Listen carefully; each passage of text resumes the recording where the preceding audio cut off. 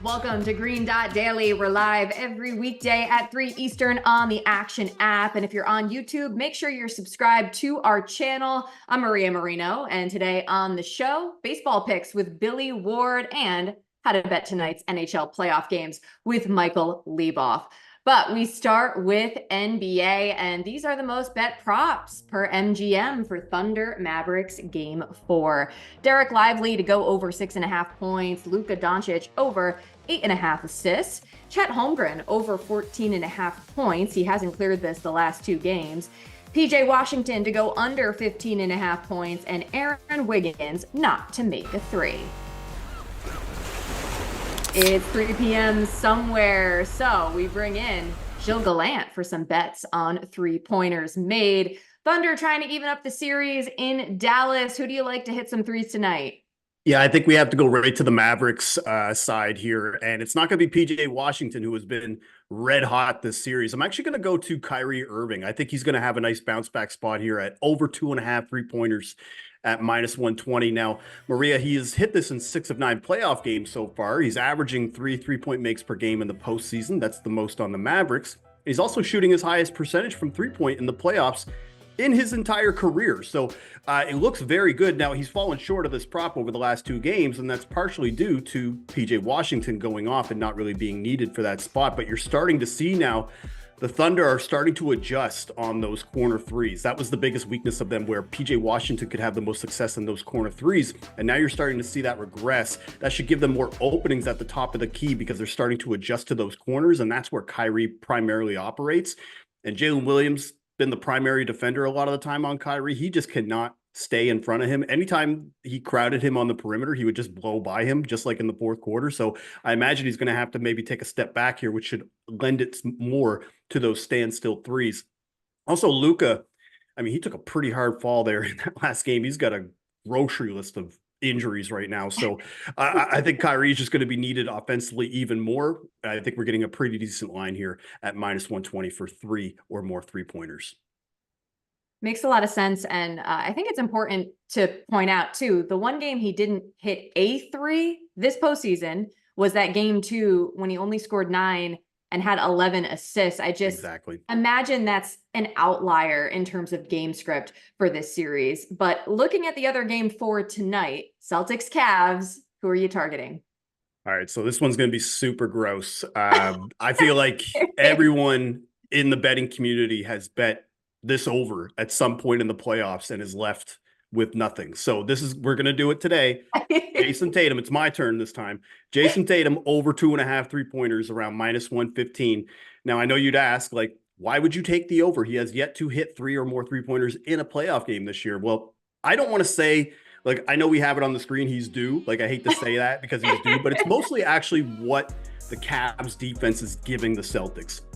For the playoffs, the Cavs rank 14th out of the 16 playoff teams in opponent 3-point attempts. That's about 35 attempts per game. That's actually gone up against the Celtics. In the 3 games versus the Celtics in this series, that's increased to 38.3. That's last amongst the remaining 8 playoff teams. And if this was the regular season, 38.3 attempts from 3 would be 28th in the NBA for an opponent right now. So Cleveland is just allowing a lot of opportunity on the 3-point line. And the Celtics, they lead the NBA in playoffs in 3-point attempts and makes. Now, partially a lot of that is due to Derek White just going off, but the volume has been there for Jason Tatum to hit this prop, especially because over the last 2 games, he's given us that classic Tatum tease where he'll hit 2 3-pointers in the first half and then just slowly goes away from it because of the game script. And that's exactly what happened in game 3. And even in game 3, another encouraging aspect, he took the most 3-point shots in the playoffs. He took 8 3-point attempts. The reason why we want the over here is because this is a high floor play. You know that he's likely going to hit 2. It's just, will we eventually get over the hump? I think game 4 is the game that Jason Tatum does it. So over 2.5 3-pointers at -115 for Jason Tatum. I think there are a couple of things at play here because Jason Tatum, it just feels like, and maybe this is just a narrative thing, like betting his over on props, it feels like you said gross because you just never know if he's going to be like that super aggressive player. And then, you know, as you pointed out, I did notice he's yet to hit more than 2 threes any game this postseason, but you're saying that like the floor is so reliable with the volume that you're comfortable, like, I think this is the night. Yeah, like I don't want to like cite like as if it's luck, like NBA luck rankings. Here we go. But I think what I'm trying to say is that there's been a bit of bad luck in Tatum's favor, like where game 1 and game 3 they were kind of just blowouts. Game 2, the Cavs, just like the Heat in game 2, shot the lights out where Tatum was actually looking to hit more threes. It just didn't work out that way. Mm-hmm. I think in this kind of matchup here, especially in game 4, where they don't want to go back to Boston, tie it up, and we saw what happened in game 2, there's just going to be such a high floor for Tatum to kind of, because you're seeing one thing too, Maria, is that just because the 3-point keeps skewing down, where you're seeing over under 2.5 instead of over under 3.5, the points prop isn't really dropping. So that's the thing, is that the points prop is still there around like 25 to 26.5, depending on the sports book. And I think that's the key thing here, is that books aren't really ready to just pull the gear down and say that he's going to have less offensive output. Right. They're just maybe a little bit more worried on the 3-point aspect because of the track record. But the fact that they haven't made this 1.5, or they're not making it like minus 130, minus 140 to the under, is showing that the market is agreeing with me that eventually Tatum is going to have some luck on his side and finally hit 3-pointers in a playoff game this year. I think it's a really good point. Like, it would be telling if they did decide to move that down. And you do see the consistency where he's hit 2, like, time after time. So I just wanted to clarify that. And by the way, a couple of notes for tonight: Donovan Mitchell not at shoot around this morning. Jarrett Allen was. Both are questionable. Before we let you go, Gilles, exciting times in the NFL. They announced the opening night game on Thursday, September 5th. Ravens at Chiefs. This is going to be a good one. Playoff rematch. Home team laying 3. Early thoughts? Yeah, I mean, I was actually very happy that they chose this as the opener as opposed to the Texans. While I think that would be a great game, I think I just wanted to see a high-profile matchup right off the hop. Whereas if it was the Texans, and if they won or lost, I don't think it would really move the needle from a Super Bowl standpoint. Whereas I feel like this one will. And my immediate thought, obviously, because I cover touchdowns for the Action Network, I have our own touchdown show that we do during the NFL season. My thought immediately goes to touchdowns, and the two guys that I was immediately thinking of was Zay Flowers for the Ravens and new Chiefs wide receiver Marquise Brown, because based on last year's data and personnel, which is going to be a lot of the projections for week 1, because you'll be able to use some preseason data and maybe some training camp notes, but a lot of people are going to be relying on last year's data. And if you're using that, both of these teams played a ton of man coverage, and there's not a bunch of turnover with their defense. KC was top 5 in man coverage last year. Ravens were top 10. And both of these receivers had more touchdowns and better metrics like yards per route run versus man coverage. And, Hollywood Brown used to be a Raven, so he's in a bit of a double revenge spot. He actually scored on the Ravens last year with the Cardinals. And, Zay Flowers, he scored in that playoff game, goes from GOAT to WOAT pretty much instantly because he scored that touchdown and then has that huge fumble. That was a huge fumble that pretty much turned the game. I think another factor, too, that you have to look in this matchup as well is Derrick Henry and how much he's going to be used and how his usage might even get the pace to be a little bit slower for a Ravens team that usually likes to run the ball a lot, because the Titans historically have just been slower in pace, especially with Derrick Henry as their number 1 back. But that Derrick Henry is going to be a very popular play in this game, especially with how the Chiefs fared against the run last year. So I'm projecting probably like plus 175 to plus 200 for Zay Flowers, maybe even Hollywood Brown kind of have expected odds around plus 250. I mean, this is so early. It's such an early look. So these are kind of like leans here. But I think Hollywood Brown, even being with KC, he's going to start to get that Chiefs premium that you see at the top, where you can see guys like Pacheco and Travis Kelce, where their odds are just so steamed that it's really hard and difficult to justify betting them for an anytime touchdown. So those are the two guys that immediately I was looking at. Of course, there'll be long shots that I'll look at too. But again, we're in May, so I don't want to get too excited until we get to maybe like mid-August. No, I love that you're giving us a 4-month head start on who might get into the end zone on that NFL opening night. Gilles Gallant, thank you for joining Green.Daily. And for more NBA picks tonight, we send it over to Matt Moore and the crew on Buckets. Oklahoma City is not sunk. Give me +2 on the Thunder, plus 112 on the money line, and I will even alt spread it to -5 for plus 205 odds. So Fiddle does this, like he's an advocate of selling points. but I will say that it's rare that he gets this aggressive because he is it fair to say you're choosy about these spots? Very, and to go through the zero is particularly rare. Just the way, like, clearly so much of what I do is tracking what the smartest people in the market are doing. And I know if I can read a market, then I could put myself with the smartest people while loving the game, but not having the models and the analytics and all these things. So I find a sneaky way to sit at the same table of the biggest sharps. And they have so clearly been on OKC in this spot. They were clearly on OKC going into game 3, but that game ended up closing as low as OKC +1. Obviously, Dallas would come out, pretty much lead the entire game, end up getting the win. They would only win by, I think, 3 or 4, but then the line reopens at 2.5 and moves back to 2 immediately. It was another clear signal that books don't want to take OKC money. They're willing to take Dallas money. Dallas money might be public. We're seeing 54% of the bets on the Dallas side, but money is on the OKC side. So a little bit of reverse line movement here happening towards OKC. And then very rare for me to be willing to move through the zero, because 0 is not an NBA number and you're kind of paying for it in alt spreads. You can't tie in the NBA. So moving between -1 and +1 is 2 digits on a number scale, but it's 1 point of NBA line movement. It's rare that I'll move through the zero and be willing to forego some of that value, but in the playoffs, over 65% of the games so far have been 10+ point victories. We've talked about more blowouts in the playoffs. That's a staggeringly high number. So I'm willing to sell a little bit and play into that and say, I'll say OKC -5. I think eventually they're going to hit their shots, and eventually Mr. PJ Washington is going to slow down his flamethrower. Yeah, I like the under here. I think we're going to see a physical game. I felt like the first 3 games there was, even for playoff basketball, it felt a little vanilla. You guys can challenge me or counter me if you want, but there was a lot of open shots. There was a lot of open threes, a lot of open drives. I think we finally see our first playoff type physical game here in game 4. So I like the under 207.5. It's opened at 208. It's moved now to 207.5. I like it. I think Boston, I lean Boston on the side, but I like the under a lot more. Let's dive into NHL now with Michael Leboff. 2 games tonight. We'll start with Rangers Hurricanes. That's at 7 Eastern. The Canes narrowly avoiding the sweep on Saturday. How do you anticipate game 5 playing out? Yeah, I'm still a little baffled by this betting market. We keep seeing the Rangers have basically every answer for the Hurricanes.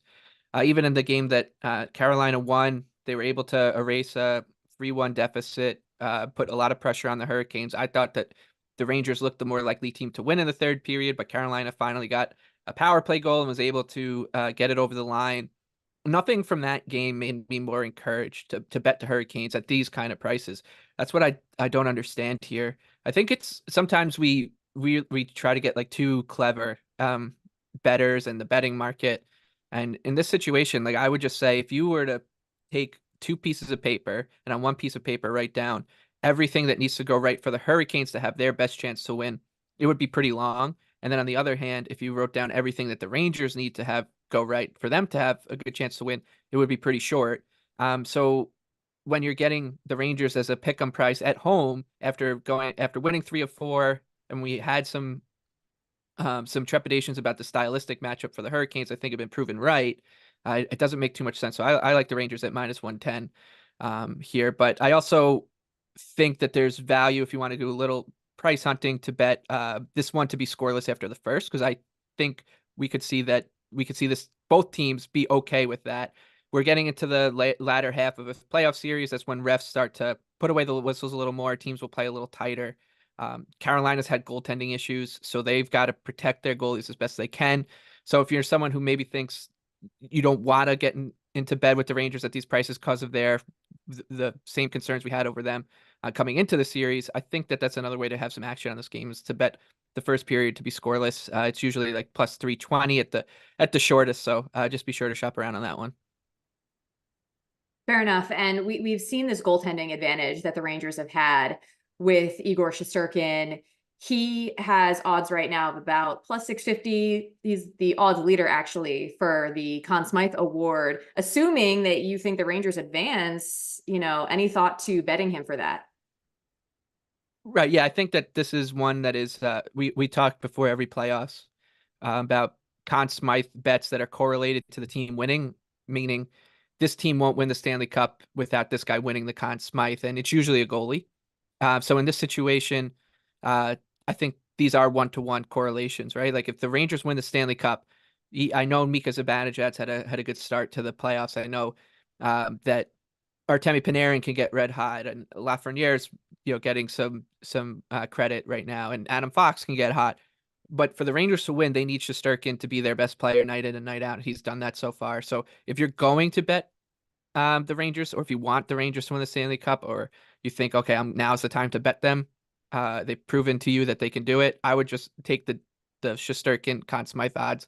They're basically double, right? So it'd be really, really hard to see the Rangers winning the Stanley Cup without Shesterkin being named the playoff MVP. And there's also a little bit of value here because Shesterkin is one of very few players left in this postseason or in any postseason that can win with his team actually losing in the Stanley Cup final. The last time we saw that was in 2003 with Jean-Sebastien Giguère, who was a goalie for the Ducks, who was just outstanding in that playoff run. So if Shesterkin puts up these numbers and the Rangers come up 1 or 2 games short, he still has a chance to win depending on who they play. So I would just much rather play that market than the Rangers to win the Cup outright. Interesting. Well, sticking with the Conn Smythe theme, as we look at the Western Conference, Stars are plus money on the road tonight against the Avalanche. And rather than betting that game specifically, you were actually also looking at a Conn Smythe winner. Yeah, I think you can argue there's like a shred of value on Colorado at home here. They backs against the wall down 2-1, and the series shifts back to Dallas for game 5. But rather than just laying the price on the money line, I think that in a similar fashion, you can make a play on Nathan MacKinnon here at 18-1. Colorado is 8-9-1 to win the Stanley Cup. I know Cale Makar has had a great start to the postseason, but if Colorado does come back and win this series, which they're very live to do still, they've been, I think, better than expected, actually, from top to bottom in the series, despite being down 2-1. If they do win the series, they'll be the favorite in the next round, whether it's Vancouver or Edmonton. And then they'll go, if they get to the Stanley Cup final, MacKinnon, in all likelihood, will be one of the favorites, if not the favorites, to win the Conn Smythe, because for Colorado to get through this series and the next series, MacKinnon's got to just show out. He's about 6 points off the pace of Connor McDavid and the rest of and Leon Draisaitl at the top of the points leaderboard. But MacKinnon can make that up in a game and a half. So I don't have any concerns that he's just not going to end up at the top of the board, and especially at the top of his team leaderboard if the Colorado Avalanche go on a run. So I think there's a lot of runway here, and because he maybe is lagging behind those guys is why you're getting some value here. So MacKinnon at 18-1 right now, I think, is actually a really good look for anyone who thinks the Avalanche can win tonight. Well, MacKinnon leading his team with 12 points this postseason. Avs obviously looking to even up the series. Puck drops on that one at 9:30 Eastern. Michael Leboff, thanks so much for breaking it down for us. You got it. Thanks for having me. Over to baseball, a couple of pitchers duels on the slate tonight, including the Blue Jays visiting the Orioles as Jose Barrios and Corbin Burns square off at Camden Yards. Both pitchers with ERAs under 3 and strong starts overall to their respective seasons. With that, we welcome Billy Ward back to the show. And of course, your specialty is betting on whether or not a run will be scored in the first inning. And the first game you're looking at is that Toronto-Baltimore matchup, and you're going NRFI here. Yeah, this one kind of checks all the boxes for what I'm looking for in my model. You mentioned earlier they both have sub-3 ERAs. Both of them also have been better their first time through the order than they have overall, which is a huge component because there's some pitchers that start a little bit slow. They need to get a feel for their pitches. And there's some, like these guys, who seem to do better early in games. When they do give up runs, it's likelier to be later on in the game than it is the first couple of innings. And also, we've got a somewhat low total at 7.5 runs, dropped from 8 earlier. And neither of these lineups are especially scary at the top. There's some good hitters up there, but it's not like we have the Dodgers or the Yankees or some of those elite teams. So to get that at -120, I'd take it down to about -130. That's about where the line's been most of the day. Feel pretty confident in that one. And projecting something similar for Mets Phillies as well. Yeah, it's honestly a very similar situation. The pitchers aren't quite as strong, I wouldn't say overall, but they have a similar split in that they're much better the first time through the order. The big thing, though, is the Mets are considerably worse against lefties. Both pitchers in this matchup are left-handed. I don't necessarily project that in my models because it's just one too many steps, but I like to go back and look at those things just to see if it gives us a little bit more of an edge. And I've liked Phillies NRFIs ever since Trey Turner went out. It really hurts the top of their lineup, not having him to set the table for some of the power bats. So that's a big factor. Another 7.5 run total, 2 pitchers that do their best work early in the game. Just kind of everything we're looking for in both of these games. Very nice. Any matchups tonight where you like a YRFI? Yeah, the one I'm looking for, I'm actually going with the Tigers team-specific YRFI rather than the full game YRFI. Similar edge on both based on my model's projections. The Tigers are doing the bulk of the value here against Sixto Sanchez. He's been absolutely terrible. I believe his full ERA is 7.5, something like that. And his first time through the order ERA is over 14. Obviously, he's not going to have a 14 ERA even in that small sample size all season, but he's been almost as bad as those numbers would suggest.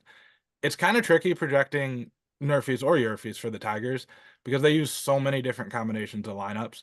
So this one, if you wanted to wait to bet it, I'm looking for any combination of Riley Green, Mark Canha, Wenceel Perez, or Kerry Carpenter at the top. Those guys all have WRCs of at least 120, which 20% better than league average. And almost the entire rest of their team is terrible. So if we get, Spencer Torkelson or Jake Rogers pushed up to the start of the lineup, I'd probably wait on that. Best line here is +185 on the Tigers only. If you could get the full game YRFI closer to even money, which it wasn't this morning, but we could see some movement there, I would probably pivot to that. But somewhere in that neighborhood, I like the Tigers team line better than the game line. All right. Well, we appreciate the direction. Billy Ward, thank you for stopping by GDD. Yeah, thanks for having me. Remember, any picks we give out here on the show, like the ones you just heard from Billy, you can easily reference by following Green Dot Daily in the Action app. We keep track so you don't have to.